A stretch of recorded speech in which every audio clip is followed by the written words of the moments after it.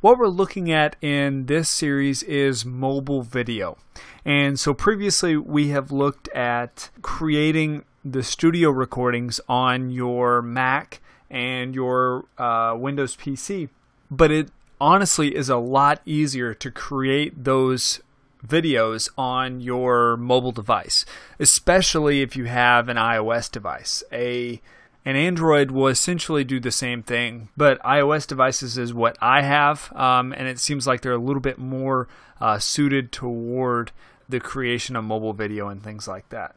So you can do this from either an iPad or an iPhone, iPad mini, all that kind of stuff. We'll kind of get to some of the pros and cons of using which device. I don't have an Android device, so I'm not able to do a demo for you guys on using an Android device. But looking at the apps, it looks like the theory is about the same. What you can do with these is you can do, your studio recordings, you can do product demos even, you can even do interviews. You go to a conference or you go out in the world and you have your phone with you. I mean, if you're like me, you're always carrying your phone, for better or for worse, but you're always carrying it, so it's easy just to pull it out, do a quick interview, and it's a lot easier to carry around, than a big professional camera. Now, obviously, you can't replace a professional camera with an iPhone, but for most people, an iPhone or an iPad, etc., will do whatever they need it to do, and usually more. As you approach this, you also want to keep in mind that the same rules apply to computer studio recording. So you want to make sure that you have adequate lighting, and you want to make sure that you look good on camera, you have a good workspace.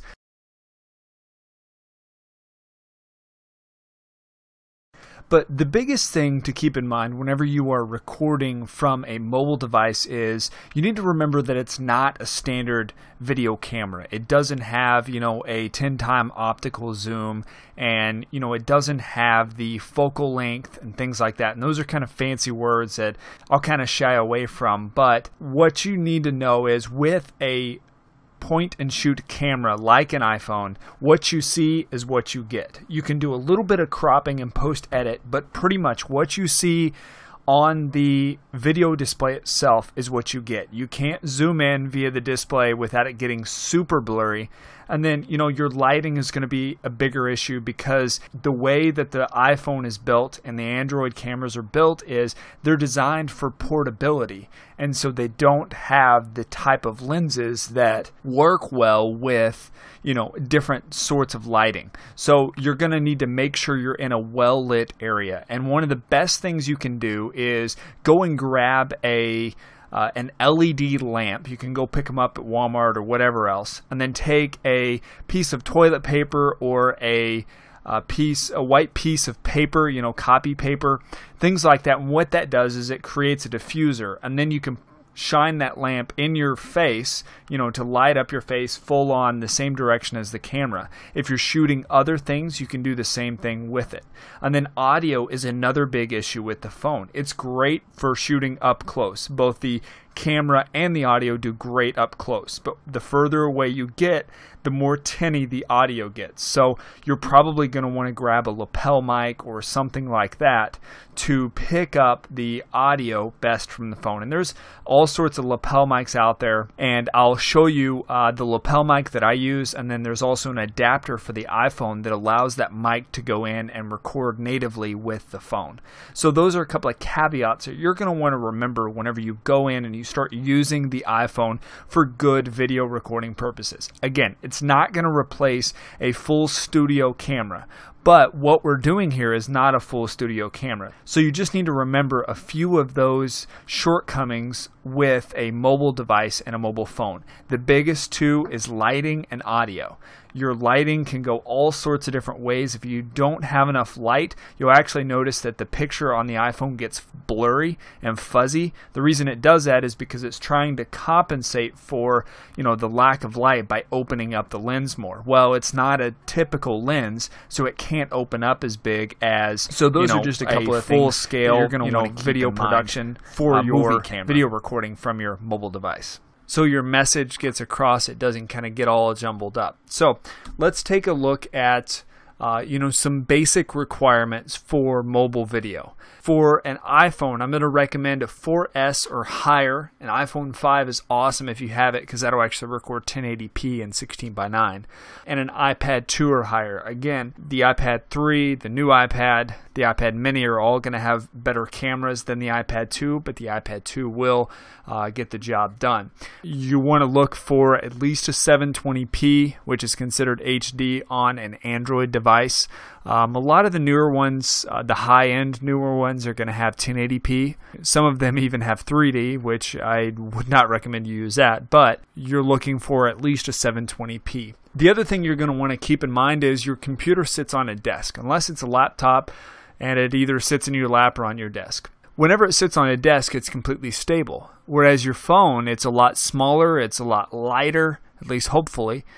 It is designed to be mobile, and so you cannot create a good mobile recording with just your hands. It's not possible. Even for people like me who've done video their entire lives and have a very good steady hand, there is no such thing as the ultimate steady hand. A lot of us video guys, we have very steady hands. We can hold a video camera in one hand, or two, and we know how to stand and all that kind of stuff. But even with mobile phones, it's very difficult to get a good recording if you're holding it in your hand. It just doesn't work. So you want to grab a mount or figure out a way to create one. There's hundreds of thousands of homemade mounts all over the web, YouTube, all that kind of stuff. I have one that I use for my iPhone. It's actually a Glyph and a GorillaPod, and I'll kind of show you those here in just a second. For my iPad, it's a little bit bigger. I have not found a good mount. I've tried a whole bunch of them, but I have not found a good mount to mount it to my GorillaPod or even a regular tripod. So actually what I do is I use a built-in stand and mount it that way. There's a couple of them out there that work best, but really it doesn't matter. As long as something can hold your iPad up as it sits on your desk or whatever else, then that'll get the job done. I'm going to recommend that you record with your iPhone or your Android smaller device, as long as it has good quality video. The biggest reason for that is because it's something that you're always going to have with you. So if you're going to invest in it, I recommend you invest in that. It's also a lot smaller, and there are a lot more options out there. So like you have the Glyph, you have the GorillaPod, things like that facilitate that ability to record on the iPhone.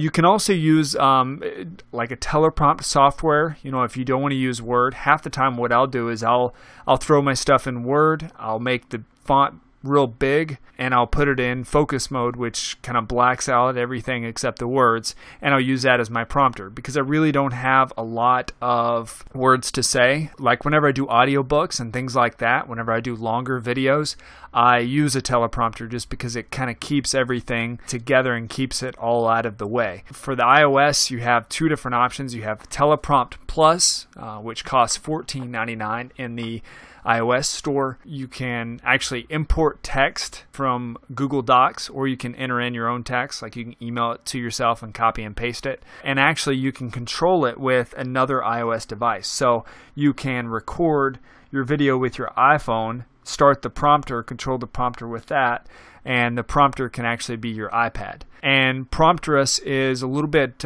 cheaper of an option. It's a $2 option, $1.99 in the Apple Store. And it really just has the basics. It has the features that you need and really nothing more. Scroll speed, play, pause, timer. It doesn't quite look as good as Teleprompt Plus, but again, it is a much cheaper option. And really for teleprompt stuff, for what y'all are going to be doing mostly, you really don't even need a teleprompter software. So what we're going to do in the next video, I'm going to walk you through studio recording on the iOS devices, and I'll kind of show you the mounts that I use, the software that I use, all that kind of stuff. So I'll see you there.